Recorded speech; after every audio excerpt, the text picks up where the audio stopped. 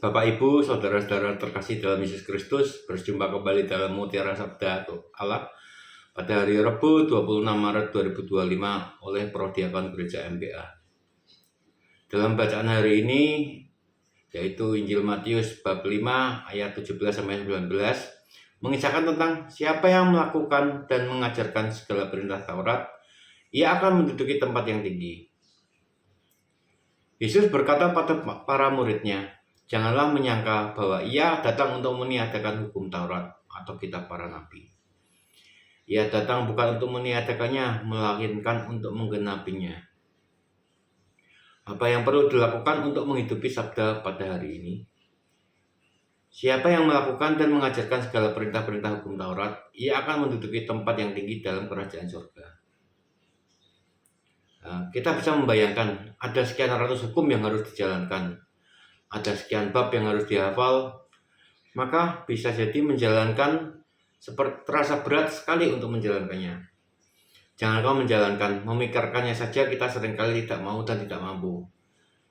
Jika berpikiran seperti demikian, sabda ini berhenti hanya sebagai tulisan yang dibacakan pada saat ibadat atau ekaristi. Tetapi sebenarnya kita juga ingat bahwa rangkuman dari hukum Taurat itu ialah hukum kasih. Jika hukum Taurat itu membatasi, aturan kasih itu membebaskan. Kasih tidak mengenal usia, tidak mengenal tempat, tidak mengenal syarat-syarat yang sering kali menghambat aturan. Kasih itu bisa dilakukan kepada siapa saja, di mana saja, dan kepada siapa saja, dan dalam wujud apa saja. Kasih kepada Tuhan dan kasih kepada sesama menjadi rangkuman dari Taurat. Itulah hukum baru yang diberikan oleh Yesus. Maka kita bisa yakin benar bahwa ketika kita mampu melakukannya dengan total, maka kerajaan surga tidak jauh dari kita. Hanya saja masalahnya, jangankan sampai total, untuk berpikir sedikit tentang kasih saja kita harus mempunyai segudang syarat. Contohnya, saya mau mengasihi dia, tapi dengan syarat. Memang wujudnya kasih, niatnya juga kasih, tapi itu bukan kasih yang Yesus kehendaki. Kasih yang benar adalah kasih tanpa syarat. Saya mau mengasihi karena saya adalah murid Kristus. Disitulah letak keagungan kasih. Tetapi di situ pula terletak kelemahan manusia yang paling dalam.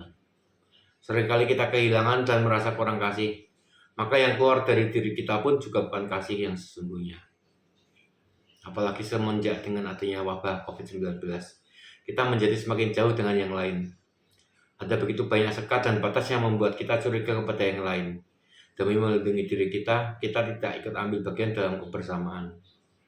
COVID-19 ini menjadikan kita seperti tidak berdaya. Di satu sisi kita perlu menjaga diri, tetapi di sisi lain kita juga perlu tidak gentar untuk menghadapinya. Jangan sampai COVID-19 ini menjadikan kita tumpul akan rasa kasih.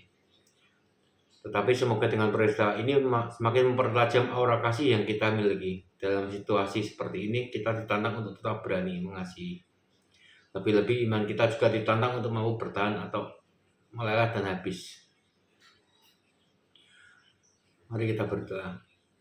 Dalam nama Bapa, Putra, dan Kudus. Amin. Allah Bapa yang kekal dan kuasa, dalam masa Prapaskah ini kami kau bimbing dan kau ajarkan dengan sabdamu. Semoga dengan berpantang kami berbakti kepadamu dengan sepenuh hati dan dalam doa bersatu sebagai umatmu. Dengan bandara Tuhan kami Yesus Kristus, Putramu yang hidup dan berkuasa bersama Dikau dalam persatuan dan Roh Kudus, Allah sepanjang segala masa. Amin.